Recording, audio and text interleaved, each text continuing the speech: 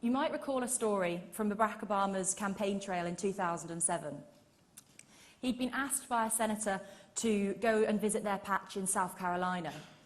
I think by this point in the campaign schedule, he was pretty exhausted, couldn't really be bothered going. Anyway, he got there, he was exhausted, he arrived, it was raining, and when he kind of finally got out of the car, he was a bit disappointed because there was a really small crowd. So he wasn't feeling particularly inspired by what he saw. He wanted to get it over and done with as quickly as possible. That was until he saw an older woman in the distance. She had a gold tooth, a huge, huge smile, and she had real flair. So when he saw her, she began chanting. She began chanting, "I'm fired up and I'm ready to go." She kept saying it, "Fired up, ready to go, fired up, ready to go." And eventually, others in the room started chanting it as well. And Barack Obama said that after some time, he began to feel pretty fired up and ready to go as well. So that woman completely changed that room. And Obama summed it up quite nicely. He said, if someone can change a room, they can change a town. And if they can change a town, they can change a region. And if they can change a region, they can change a country. So with that in mind, I would like you to give a big Corby welcome to Jeremy Corbyn.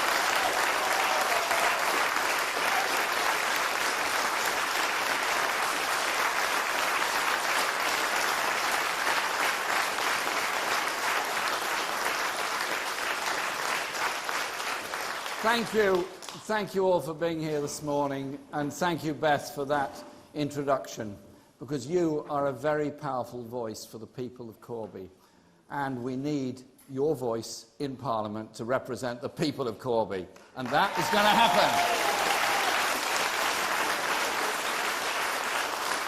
Because Beth speaks for the people, and will make sure that their voice is always heard. It's fantastic to be here again. And I want to thank everyone and all the staff involved here at the Penn Green Centre for Children and Families for hosting us today. This is an amazing centre. This was the inspiration behind our whole Children's Centre and Sure Start programme that the last Labour government introduced, because it's this fantastic wraparound centre.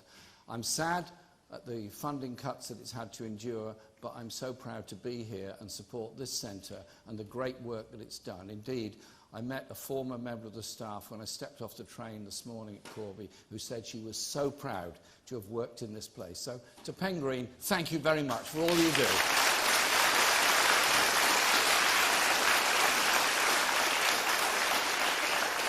And as I came in this morning, somebody gave me a card. Carolyn McGrath, you're most welcome to our meeting here today. You described your journey in life of growing up in extreme poverty in Glasgow, and the hopelessness and the depression that you suffered as a result of all the problems that you suffered during your childhood and life. And you're utterly determined to bring about a government in this country that will work for everybody and support those people growing up in depression, in loneliness, and sometimes in homelessness as well. Thank you for coming today, and thank you for joining us, and thank you for the card that you gave me. I'm sure I don't need to convince anyone here, but as we look towards the return of Parliament in September, this country is heading into a political and constitutional storm. It's the Conservative Party's failure on Brexit and its lurch to the hard right that has provoked the crisis our country faces this autumn. After failing to negotiate a Brexit deal that would protect jobs and living standards, Boris Johnson's Tories are driving the country towards a no-deal cliff edge. Let's be very clear. We will do everything necessary to stop a disastrous no deal for which this government has no mandate.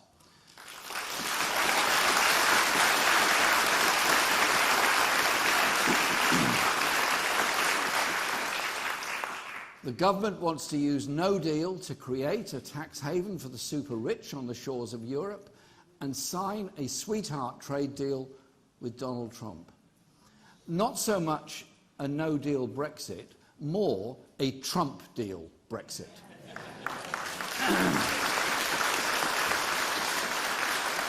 Have no doubt, no deal would destroy people's jobs, push up food prices in our shops, and open our National Health Service to take over by US private healthcare corporations. I just remind them, our NHS is not for sale.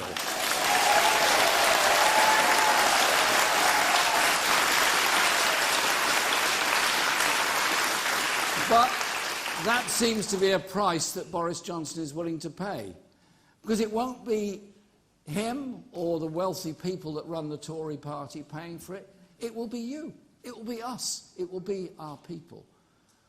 Labour will do everything we can to protect people's livelihoods. We will work together with MPs from across Parliament to pull our country back from the brink. And I will bring a vote of no confidence in the government. And if we're successful, would seek to form a time-limited caretaker administration to avert no deal and call an immediate general election so the people can decide our country's future.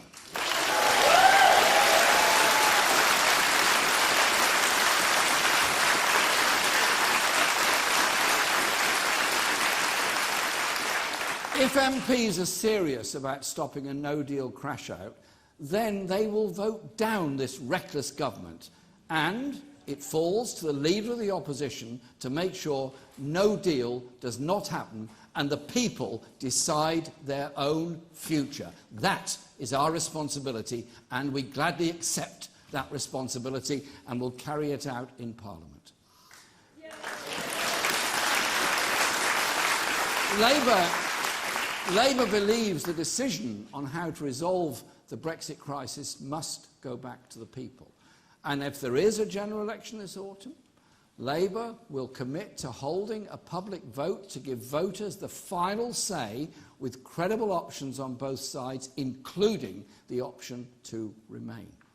3 years of Tory failure on Brexit have caused opinions to harden to such a degree that I believe no outcome will now have legitimacy without the people's endorsement. But while Brexit is the framework of the crisis we face, the problems facing our country run much, much deeper. Much, much deeper than that. A general election triggered by the Tory Brexit crisis will be a crossroads for our country. It will be a once-in-a-generation chance for a real change of direction, potentially on the scale of 1945. Things cannot go on as they were before. The Conservatives and a very wealthy establishment that they so happily represent have failed our country. They've failed to protect living standards. They've savaged our public services. Look at the cuts that have happened at this very centre, and you all know all the other cuts that are happening all around you. They've deepened inequality in our society. Look at the incredible levels of wealth a small minority have, and then look at those sleeping on the streets because there's no home for them to go to. That is modern Britain. Inequality. Inequality getting worse, and it's failed to keep us safe. Boris Johnson and his Tory cabinet have direct responsibility for the Tory decade of devastating damage to our communities and the very fabric of our society. However the Brexit crisis is resolved, the country faces a very fundamental choice. Labour offers a real change of direction that I believe the country needs. A radical programme, and I'm proud it's a radical programme, to rebuild and transform.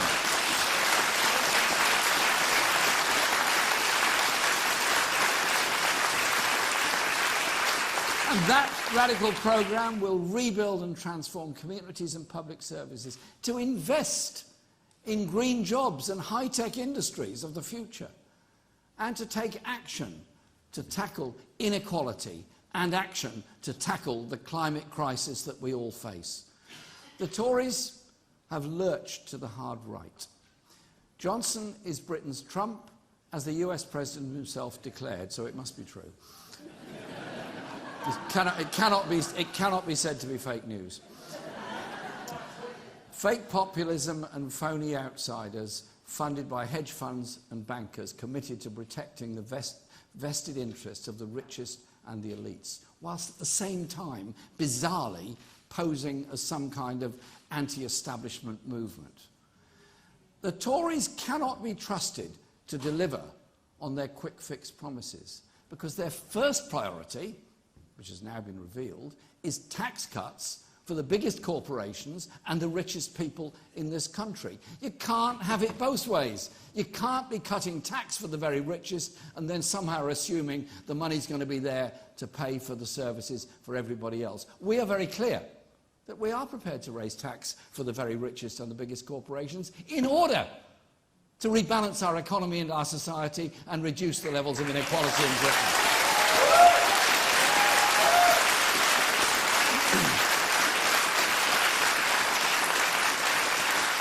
The Tories can't be trusted to deliver for the majority because they will always look after their own.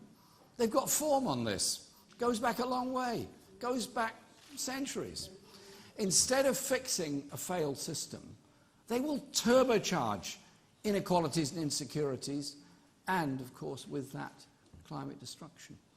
Labour can be trusted to deliver the end to austerity, to take on the elites' and vested interests that are holding people back, and to transform our country, as we said in the general election, for the many, not the few.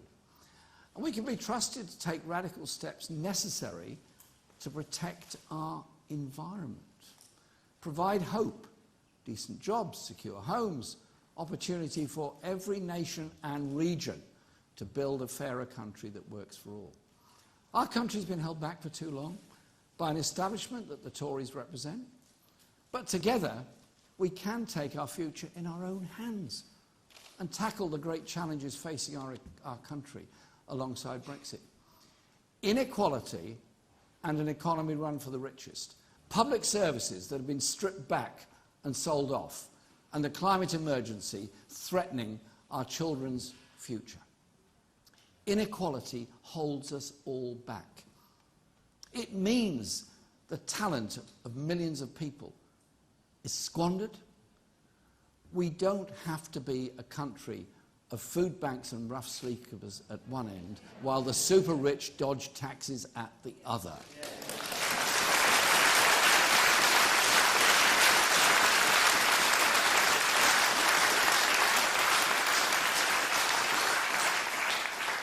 People have a choice. As I've said, Labour will raise tax for the richest and make sure they pay their share towards the common good.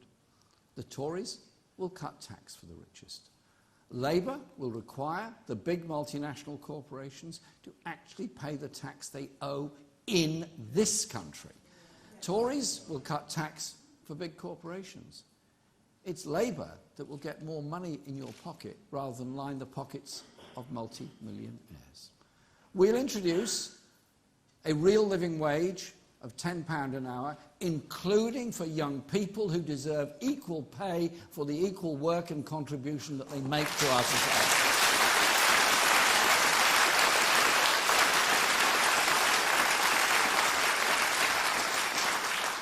The last time I looked, young people didn't get charged less in cafes and restaurants, didn't pay less in supermarkets, didn't pay less in rent. They have the same needs as older people, so why shouldn't they be paid fairly in order to live decently?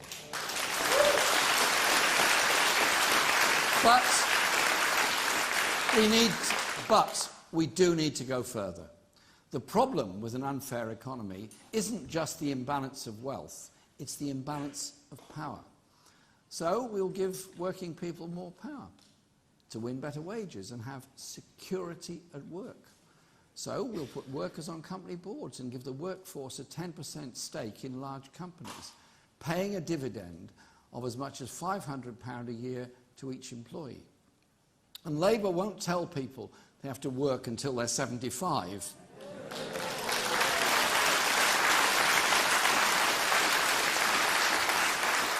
Before they get their pension, as Ian Duncan Smith's think tank has suggested. A policy that discriminates against working class people, especially those in manual jobs. And that's from the man who brought us universal credit and a number of other things. We're not having any of that.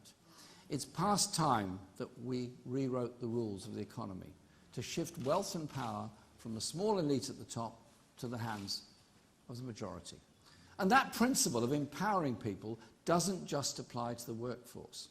That's why we will bring rail, mail, water and the national grid into public ownership.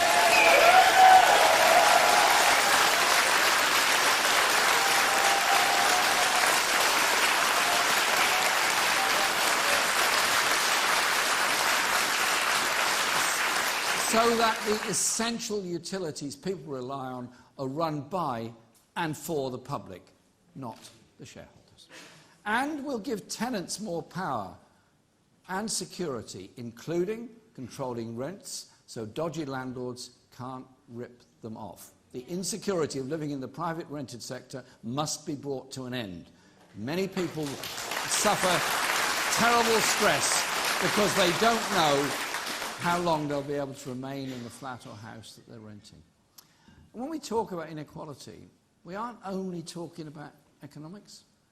We need a government that's seriously committed to tackling the entrenched inequalities faced by women and minority ethnic communities as well. And we will do that to end the gender pay gap and end the discrimination that too often exists where wages and jobs are concerned. The coming general election, I don't know when it's going to be, so don't ask me the date, but we're ready for it. The coming general election will be make or break for our public services. The new Prime Minister has been making some pre-election spending pledges over the past few weeks, which actually shows that Labour has won the argument that austerity damages our country and it was always a political choice. But it really does insult the intelligence of everyone to expect them to be grateful for a bit of extra money here and there with no confidence that it will actually be delivered or where it's coming from, when it's Boris Johnson and the Tories who ran our public services into the ground in the first place.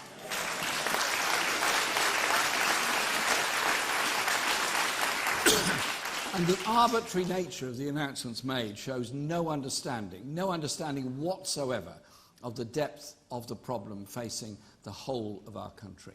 Take crime, which the Prime Minister is now trying to turn to his political advantage, with yet more promises to tackle what the Tories have failed to bring under control for a decade. In the 2017 election, Labour won the argument that Tory cuts to the police had made people unsafe, and we pledged to hire more officers. The Conservatives have now conceded that we were right. But police cuts are not the only reason that violent crime has doubled. What the Tories won't address is the much wider impact of austerity. Think about it. The closed youth services around the country, under-resourced mental health care facilities, and the lack of funding for community mentoring. We take youth services very, very seriously indeed. They're the place that young people can go for their imagination, their recreation, their support, and get help when they need it, but also have time with friends and so on. It's part of growing up. It's part of being a community. But for too many young people all around the country, what do they see? A boarded-up youth centre, or in some cases, it's been sold off to somebody else. What message is that to the generation of 2019? That they grew up in an under-resourced, underfunded park where there was no youth service, no youth workers and no facilities for them at all. What message is that? I take these things so seriously that we will make it compulsory for local government to deliver a youth service in the future.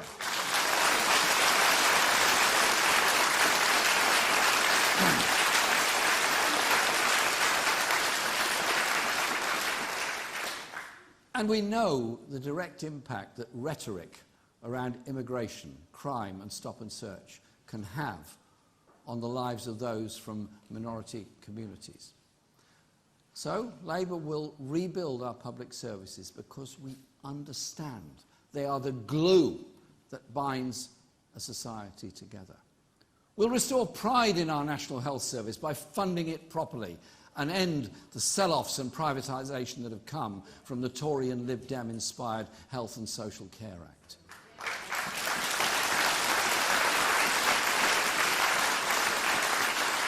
And we will create a national education service providing free learning from cradle to grave, including free school meals for all primary children, smaller class sizes for 5-, 6- and 7-year-olds, no tuition fees at university or college.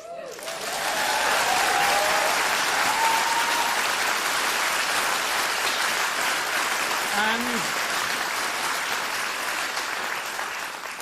equal levels of support for those pursuing vocational education as well. They're equally important. Academic and vocational are equally valuable to our society. So who can the public trust to rebuild our services after a decade of Conservative austerity? Labour or the Tories? I leave that question to you. And on the issue that poses the greatest threat to our common future, the climate crisis, it's us, it's Labour, that's shown real leadership. We ensured our Parliament was the first in the world to declare a climate emergency. I moved that motion on May the 1st to Parliament, and it was carried unopposed because the Tories didn't dare oppose it. But the declaration is obviously important. That's the first step. But that must be followed by radical and decisive action that can really only be delivered by a Labour government. It certainly won't come from the Tories, the party that scrapped the Swansea Bay tidal lagoon, effectively killed off onshore wind power projects, and is forcing fracking on local communities who oppose it. We have to turn the climate crisis into an opportunity to rebuild industry in this country with a green industrial revolution. And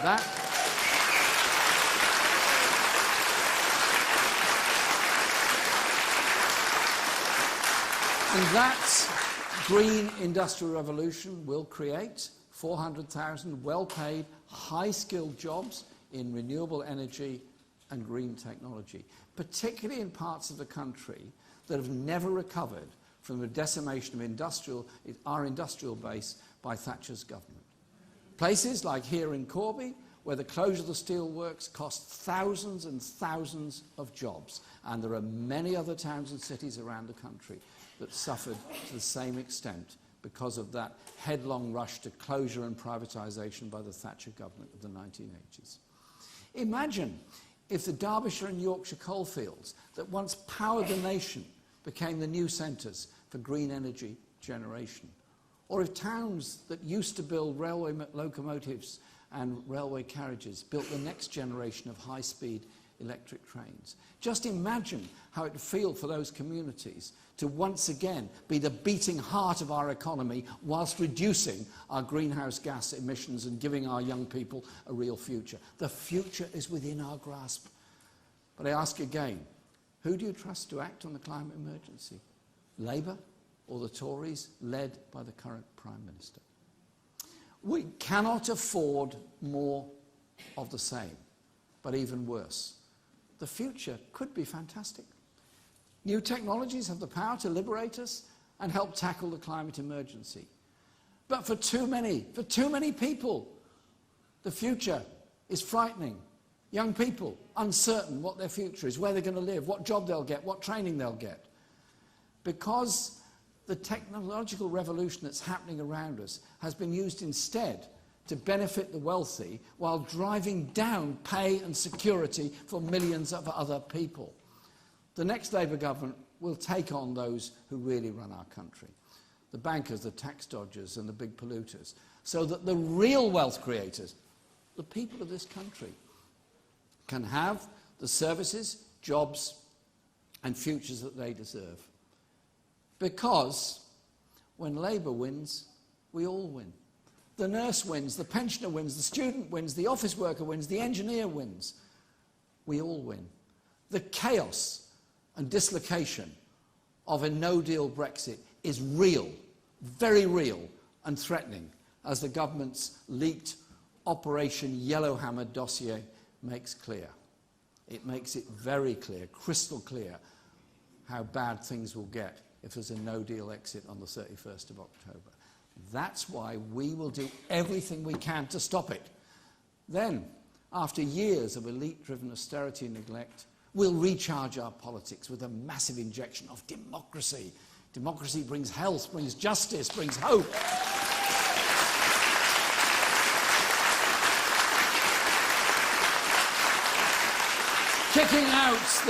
Kicking out the big money interests and putting the people in the driving seat. We will rebuild our public services by taxing those at the top to properly fund them for everybody else. We'll drive up people's living standards by boosting pay, improving rights and running our utilities and economy in the interests of the millions, not the multi-millionaires. And we'll transform our communities with investment in every part of our country. The inequalities between north and south and east and west have got to be addressed. Breathing new life into our high streets by giving security to older people and hope and opportunities for younger people. This is an historic moment with the potential for real change to transform our country if we grasp that opportunity. Thank you.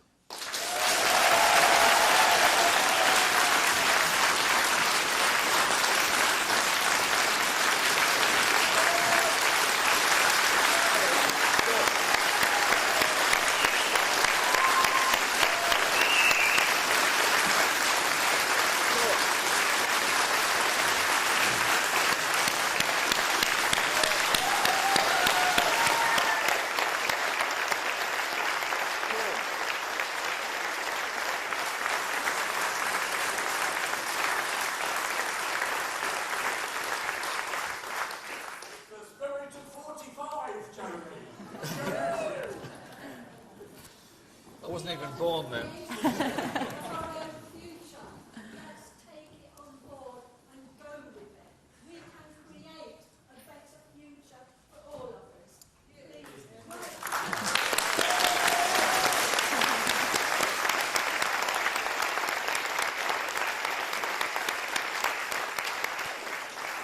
And elect her.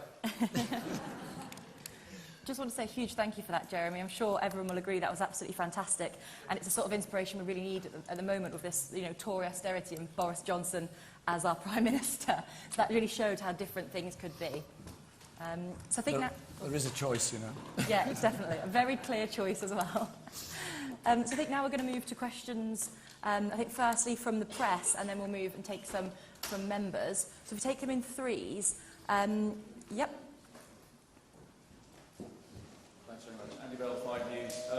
Hello, Andy. Hi then. Mr Corbyn, you say you're ready to do anything in your power to stop a no-deal Brexit. Would that include potentially stepping aside as leader of that caretaker government?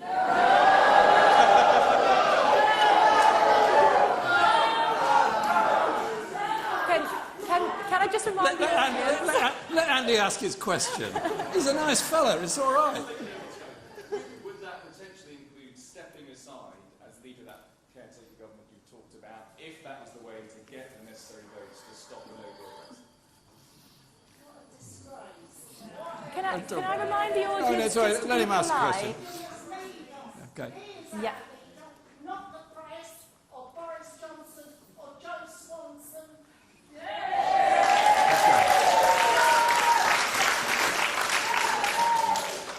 Thank you very much, Mr Corbyn. Ben Wright from the BBC. Given what you've said about the Brexit crisis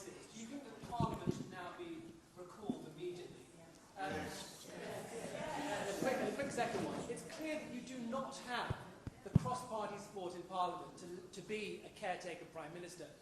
So would Labour back somebody who can? And Let Ben ask his question, please. Rowena? So, Ben, are you done? Yeah, okay. Rowena? Rowena Mason from The Guardian.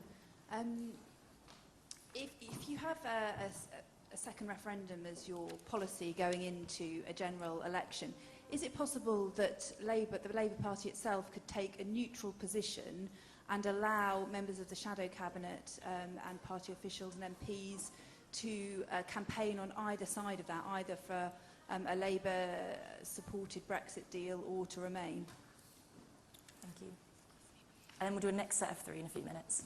Okay, thanks for your questions.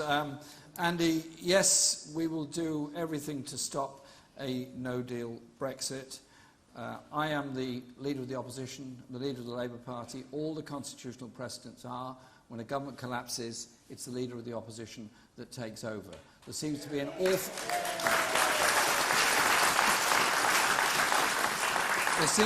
awful lot of very imaginative what-ifery in the press at the present time. We will put a motion of no confidence in the government. We will do everything we can to stop a no-deal Brexit. I have written to the leaders of all of the other opposition parties, inviting them to join me in this, and I simply say to them this, and to those probably quite small number of Conservatives who are alarmed at the prospect of a no-deal Brexit, if you're serious about stopping a no-deal Brexit, then back my motion of no confidence to stop this government taking us over a cliff edge on the 31st of October.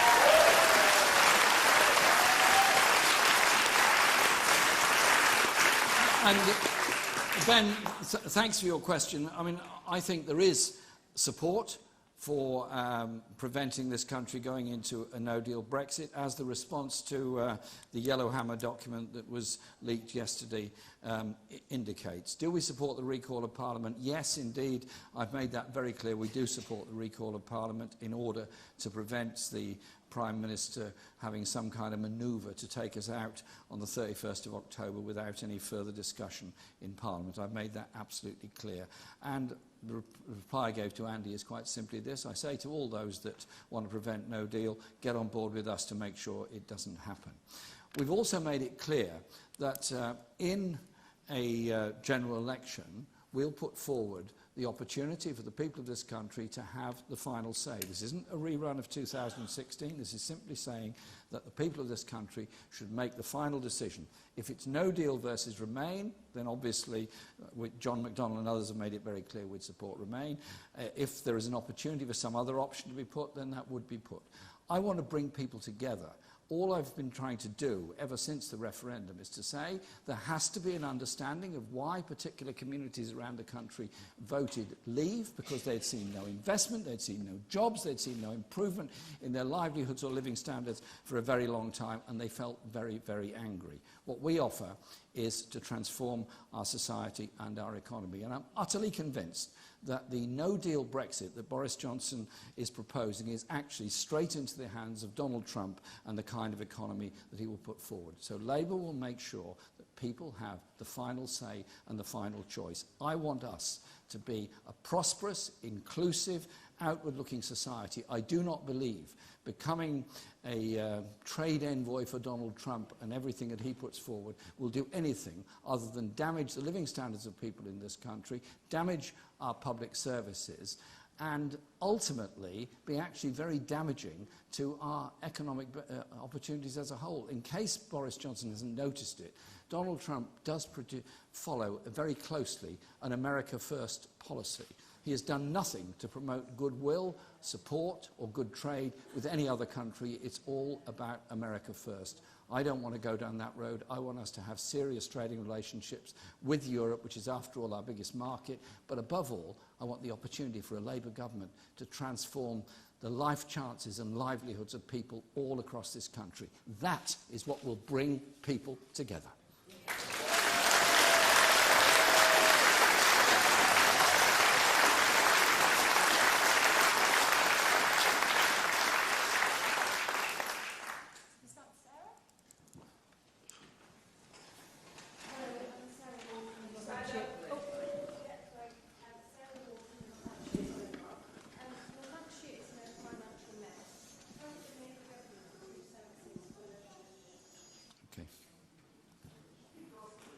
Thank you. Mr Corbyn, Angus Walker, ITV News. I just wonder, many in your own party don't see you as a person to lead a government of national unity. I just wondered why you... Let Andy ask his question, please. I'm defending your right to speak, Andy. Thank you very much. Why do you think that many people within your own party don't see you as the person to lead a government of national unity to block no deal?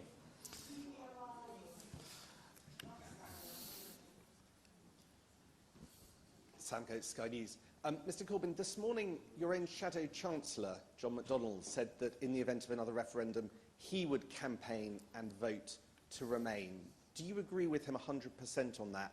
And if you don't, do you understand why many of the people, particularly from other parties, who you're asking to back you in a vote of no confidence, but want the same as Mr McDonnell, might be having second thoughts? Right, thanks for your questions. First of all, Sarah, thanks for your question. Northampton has become the first council in the country that effectively became bankrupt. And that is surely a warning to every other local authority across the country.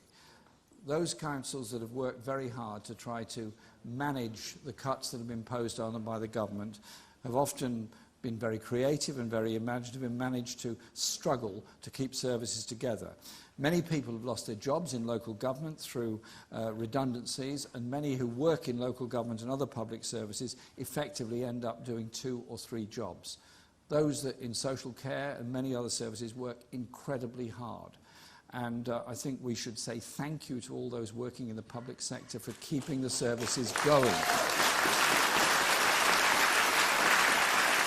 They've shown true dedication, but when a local authority is faced with 40 and 50% cut in its income from central government, something has to give. And what always gives is the services that the most vulnerable need within our society. And there is a social care crisis where over 1 million people are waiting for social care at any one time. We cannot go on like this. And so what's happened in Northampton is just a symbol of what the Tories and Liberal Democrats' failure has been in funding of local government. And so we will properly fund local government and properly fund education. Because at its best, local government services are actually redistributive of wealth. If you provide a youth centre, you provide a library, you provide leisure facilities, you have an effective cleansing service and all the other services that are so important, you're making the public realm a better place, you're helping people that need those services. But the Tory strategy of trying to bring in local funding at the expense of national funding, underfunding our local government services, actually means that the poorest people in the poorest communities and the poorest parts of Britain lose out the greatest. And those that live in the wealthiest parts of the country and the wealthiest people, paying often the very lowest rates of council tax, end up being better off as a result of it. I want to lead a government that's redistributive of wealth and power across the whole country by properly funding local government in all parts of the UK. And I'm determined that we will achieve that.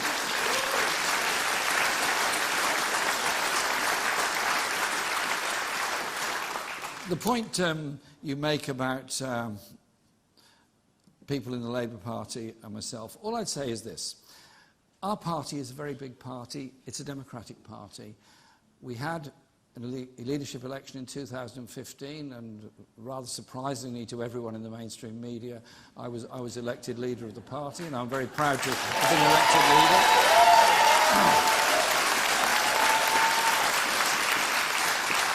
And I was elected leader again a year later, and I'm very, very proud to lead this party. Very proud to lead this party in the direction we're going, of opposing austerity, of ending inequality, of redistributing wealth and power in our society. And I'm very sure that everyone in the Labour Party wants to see every Labour MP and every opposition party leader and party members and those dissident Tories join me in the lobby on a motion of no confidence against this government to stop a no-deal Brexit. And I invite them to get on board and do it.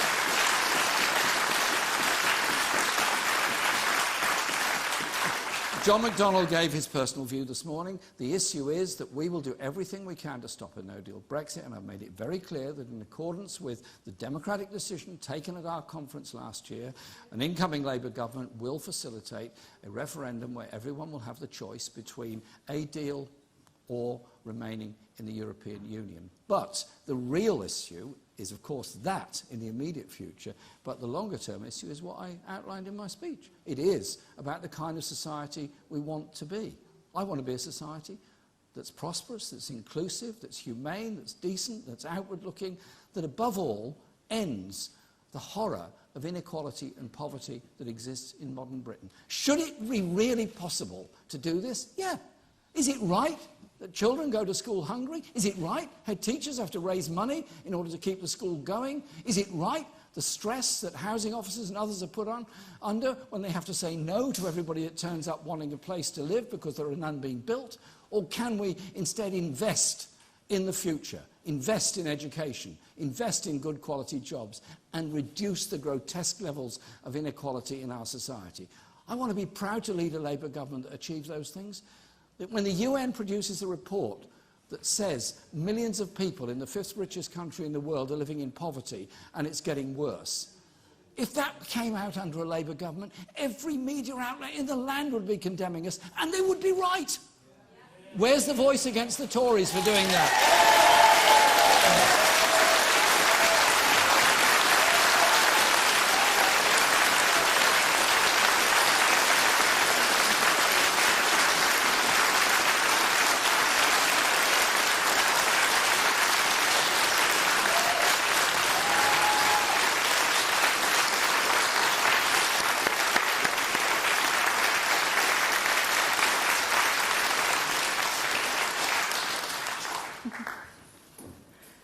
We just take one more from press and then we take some from the crowd. Yeah. Hi, Jeremy. Mikey from the Mirror. For your plan to work, you'll have to do something that as yet no one's been able to do, which is to convince a majority of MPs to back a plan, any plan, a way forward on Brexit. How do you intend to do that, and what would you be willing to offer to people who aren't quite sure? And then if we take two from the crowd. So I'm conscious I've had quite a few men, so I'm looking for women here. Yep. And then one more after that, but if you... The lady here and then the lady thereafter. Jeremy, young people, a national apprenticeship scheme that we used to have many years ago. Council housing, a unique idea introduced in the 1920s. Now we seem to be hearing more of social housing and less of council housing. Could you comment on both, please? Thanks, Okay, Jeremy. thank you. And then I think there was a lady around here, wasn't there? Hi, Jeremy. I followed you all over the country. It's great to see you here in the county. I live in a little village not far from here, and I just want to take some of the press back maybe to when I was growing up, where my grandfathers in Liverpool had to stand to be picked out for work each day. And I was quite lucky because one was very tall and one had a horse. And I'm absolutely disgusted that we are going back to the same sort of situation where my son-in-law works from day to day with one wage one day, no work the next, doesn't get paid. And so really, I want the press to know we're not made up, we're not paid to come here, we are ordinary people. We know that you tell lies in the press, and we know that you... we know you distort things. So there has to be some way, Jeremy, of us looking at how the press reports and the very basis of democracy. One vote every 5 years is not enough, and we have to look at how we empower people in a much different way. So that's my question. Thanks very much. What am I offering to people? What I'm offering is that our party, as the main opposition party, will challenge this government, will do everything to stop a no-deal Brexit, and we offer to form a minority administration in order to give the people the choice in the future through a general election. That's what we're saying. That is the constitutional precedent. That is the norm. All this speculation about lots of other options, they actually don't exist. The option that exists is the constitutional precedent of the opposition taking over in order to facilitate an opportunity for an election campaign.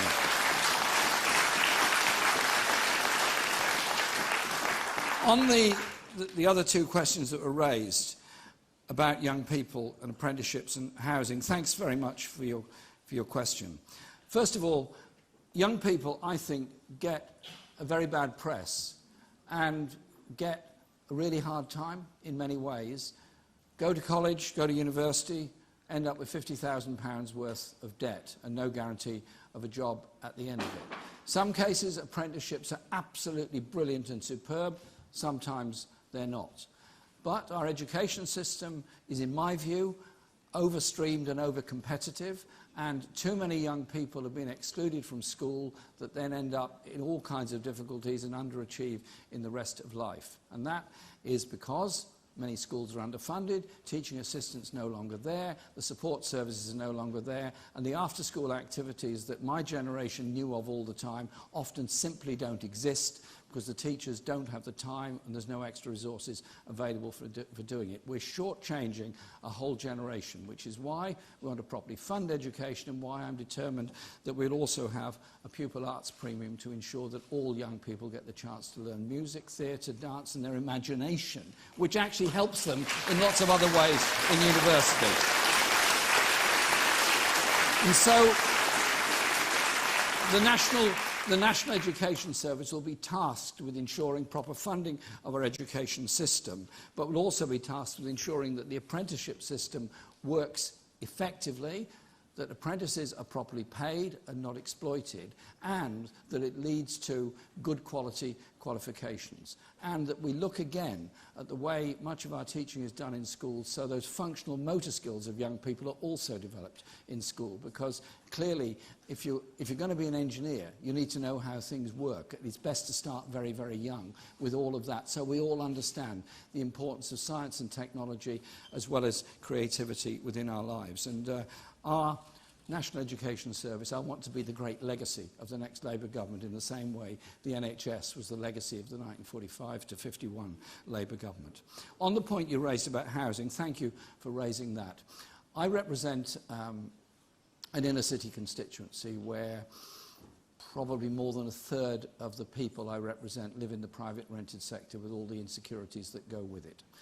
A minority, it's probably less than 30%, own their own property, and property prices have gone up so much that hardly anyone living locally could ever aspire to buy their own. So the only options are either private rented or something that the council could provide. And I've made it very clear that it's council housing that I want to develop, and we want to build 500,000 council houses and recognise that the Margaret Thatcher-inspired right to buy has actually led to an explosion in the private rented sector in former council properties. And so you have this sort of absurd situations where people in my own constituency come and see me. Flat A, they're paying maybe, say, £120, £130 a week in rent to the council. Flat B is in the private rented sector. They're paying £400 or £500 a week in rent to that. And believe me, in London,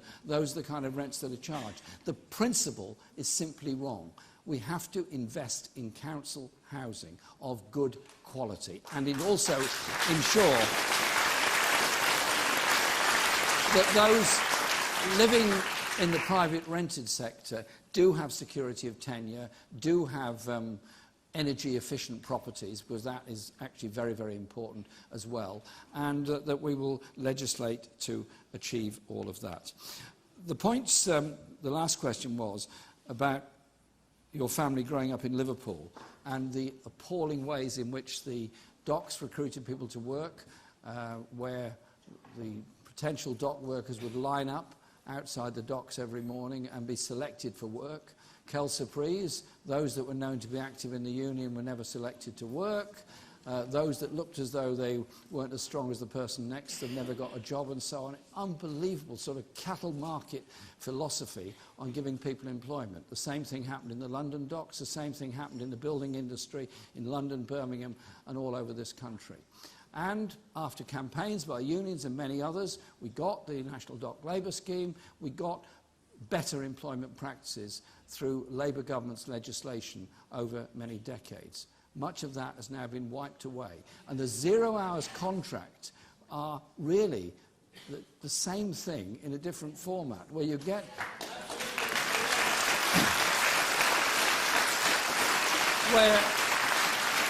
where you see people spending the whole day going around with their mobile phones. I know we're all obsessed with our mobile phones. I've got mine here. So go around all day singing, yeah, I've got a text, yeah, I've got some work tomorrow. Oh, Christ, I haven't got any work tomorrow. Is that right? Is that the right way of treating people? And so we will legislate to end 0 hours contracts and ensure there will be a base of employment. But it's also about other rights at work. It's also about other rights at work as well as the right to join a trade union. And so we will establish an employment ministry under the Labour government, and that employment ministry will be tasked with repealing the Trade Union Act, ensuring rights at work, ensuring training and all the other opportunities that go with it. And the last point you make about the media, I'm actually a member of Unison, but I'm also a member of the National Union of Journalists, because I do believe that a free press is an essential in a modern society. I do have huge respect for very brave journalists all over the world who've laid down their lives in order that people might know about corruption, about violence, about all the horrors that have happened in many societies around the world. And so I think it is important that we remember that. But we also want to make sure that everyone has access to the media. We want to make sure there is a right of reply of what goes on within the media, and that they are undertaking balanced reporting as they're forced to do during an election campaign. And I set out a number of ideas on media reform in a speech I gave to the Edinburgh Festival last year, and that is the basis of the policy that we will go forward. Social media is a very, very important part of people's lives. There's no place for abuse on social media, or indeed any other abuse in any other form in society, but social media is a very important factor in most people's lives. Indeed, I think the figure I've seen is 40% of the people get most of their news online and from social media and other website sources. So the right to know is a very, very important one. But it's also the right to give a balanced reporting of what goes on, and crucially, when somebody has been attacked in the media, I don't know anybody who has, but somebody said I've been attacked in the media, that they have a right of reply to what's being said against them. Not just for people who are in the public eye, but for everybody else as well. And so, yes, a Labour government will bring about media reforms, the crucial aspect being the right of free press and free speech will be absolutely sacrosanct to everything we do. The right to abuse will not be upheld in the future.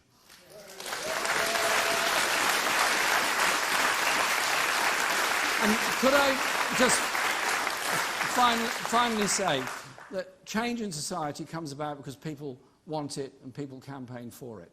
And so we all pay great tribute to those that founded the National Health Service, those pioneers that brought about the pension, the National Insurance System, managed to get votes for women, managed to get Race Relations Act and Human Rights Act. Today, there are heroes in our society. I was with some young people in Bolton on Saturday, discussing their lives and discussing their hopes and opportunities.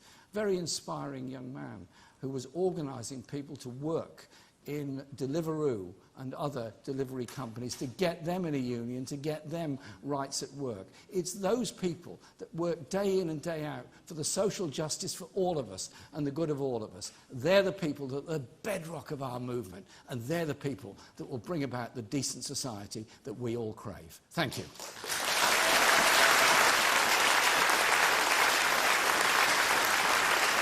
I think we're done now, aren't we? Thanks very much.